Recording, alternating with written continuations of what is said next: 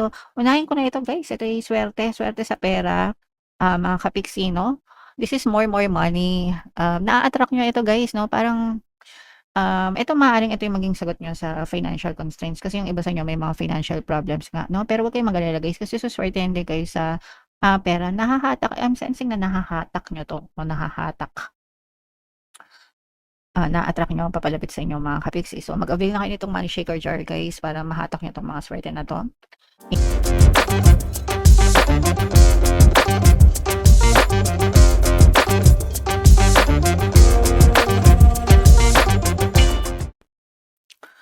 Hello guys, hello Sagittarius. Welcome back to Pinoy Pixie Tarot. Ang pamagat ng episode natin for tonight is Mid-Month Kapalaran para ngayong August 16 to 30 para sa Sagittarius, Sun, Moon, Rising Sign, and Venus. So, unahin natin itong deck na to guys. Ito yung mga angel messages para sa inyong mga kapiksi. So, una guys, ibig sabihin nito na move on na kayo mga kapiksi. You're moving on sa mga hindi magagandang nangyari sa buhay nyo. So, unti-unti na yan guys, no, na magiging ma-okay kayo, nag-heal kayo, mas gumagaan na yung pakiramdam ng iba sa inyo, mga kapiksi. So, okay lang yan, magtutuloy-tuloy na yan, basta mag-focus lang kayo sa healing nyo guys, kung ano man yung pinagdaanan nyo. At least, nalampasan nyo na yung pinakamatinding part nung mga pagsubok na yun, guys. And ito naman ay mga blessings guys, pero may mga balakid sa mga blessings nyo. Actually, yung iba sa inyo guys, maaaring nagkakaroon kayo ng mga financial constraints, no? And usually guys, kapag may financial constraints tayo, ang tendency natin is mag-react negatively, mag-overthink, mag-worry, ma-stress, no? And yung mga negative na emotions na yun, negative vibrations na yun, nagdadagdag yun ng balakid sa mga blessings. Ito kasi yung mga balakid sa mga blessings guys, kaya kayo naghihirap, no?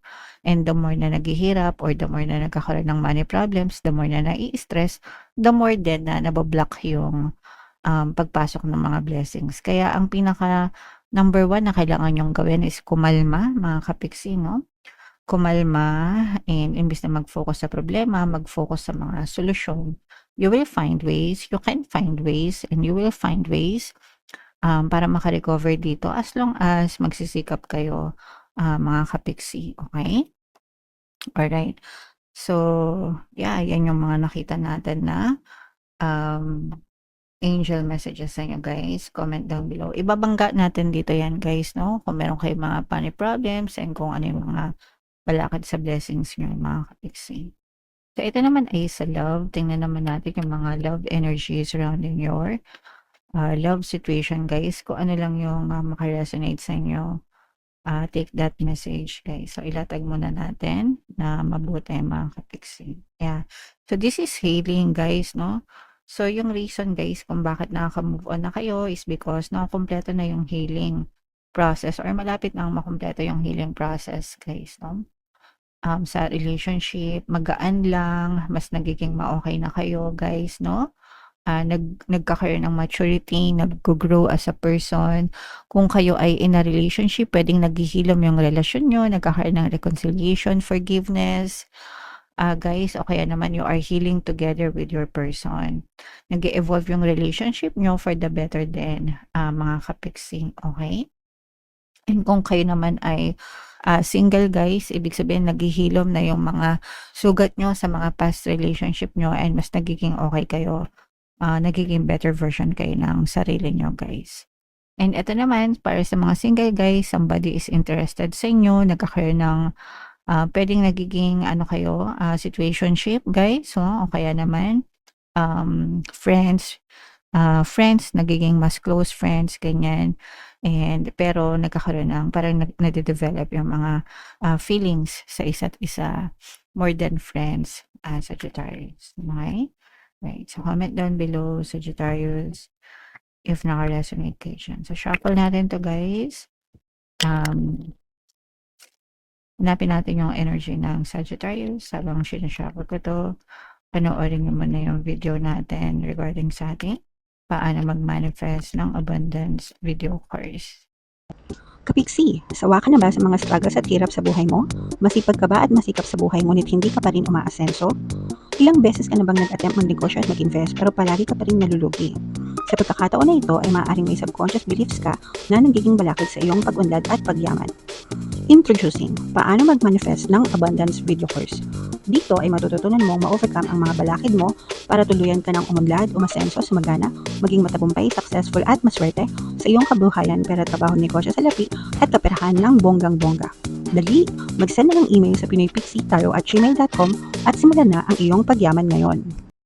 Alright, so sa lahat ng gusto mag-avail ng course guys, mayroon tayong paano mag-manifest ng abundance video course, paano mawala ang third party at magkaroon ng harmonious na relationship, paano pabalikin si ex or vice breakup. Sa mga interesado guys, mag-send lang kayo ng email sa pinoypixie@gmail.com.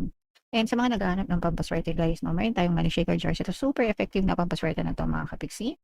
And ito guys, so ito yung WhatsApp number ko, i-chat nyo lang ako sa gusto mag-order. And guys, huwag na kayo magpahuli, no, kasi dumadami na yung sumasakses dyan guys, as in, kaya mag-avail na kayo. So Sagitt, grabe naman itong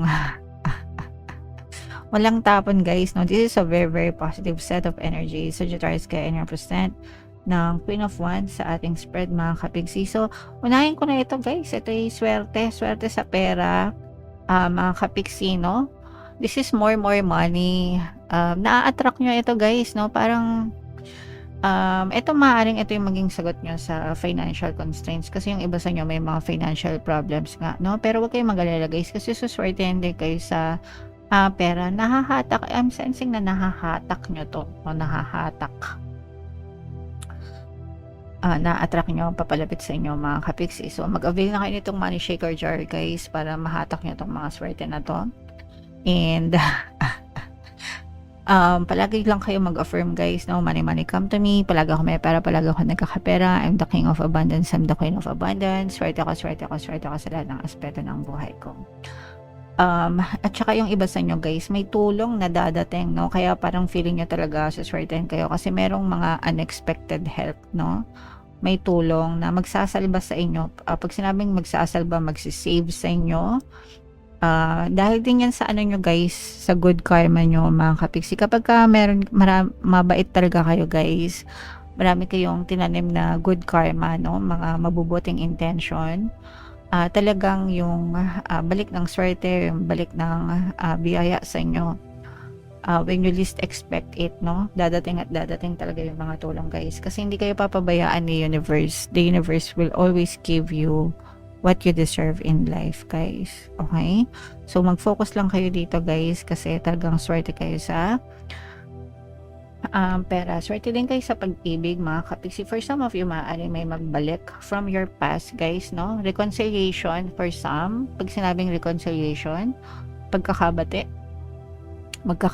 Kung kayo ay in a relationship guys, tapos nag-aaway kayo ng person mo, pwede kayo magkabate, no? Kaya nga meron tayong healing na energy guys, nag-evolve yung relationship nyo, nag-heal kayo together guys, no? So maaaring magkaroon ng reconciliation dito.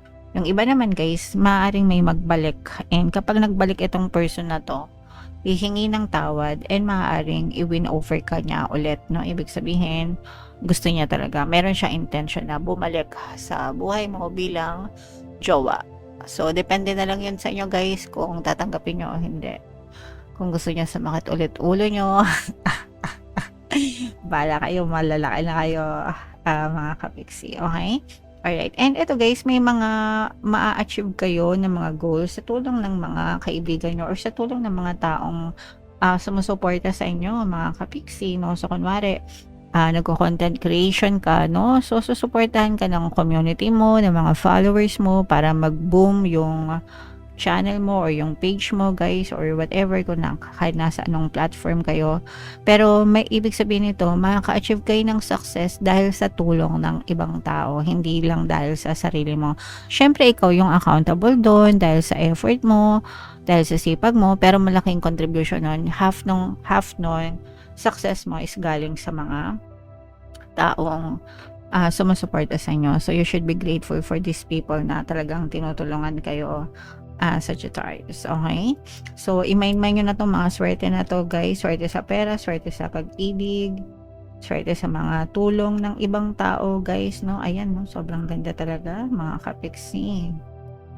So, eto guys, parang pinagpapahinga kayo ni universe or pagpapahingahin kayo ni universe sa mga problema nyo, mga ka-Pixie, 'no? So, again, nandito yung energy ng healing. Gustong-gusto ko 'tong energy ng healing, lumalabas talaga siya, consistent, mga ka-Pixie. Nakaka-move on na kayo sa buhay nyo. Kaya gumagaan, guys, 'no, yung pamumuhay nyo kasi naghihilom.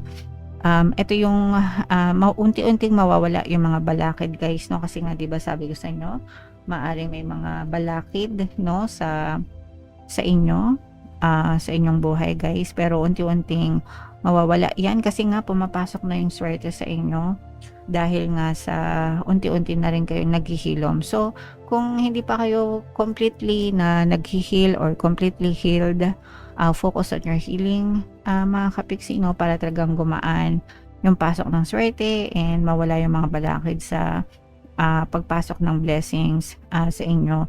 Alisin nyo yung mga negative emotions sa puso nyo, guys. Galit, anger, hatred, resentment, grudges, yung pagwo-worry, pagrereklamo sa buhay, no? Yan talaga yung number 1 na balakid sa pera, guys. Yung reklamo, yung stress, yung worry. So, tigilan nyo yan, guys. Imbes na mag-focus kayo sa karereklamo, be grateful instead. Matutong magpasalamat, mga ka-Pixie. Alright? Okay, so i-mind-mind nyo na itong mga swerte na to, guys. Itong healing na to, itong reconciliation sa mga nagpapabalik, i-mind-mind nyo na yan sa comment section. And comment down below if naka-resonate kayo. For more tarot readings, ito yung playlist nyo, guys. Ito naman yung ating success stories ng paano mag-manifest ng abundance video course. Panoorin nyo itong video natin, guys, about money shaker jars. Thank you for liking, sharing, and subscribing. See you next time, guys. I love you all. Have a nice day. Bye-bye.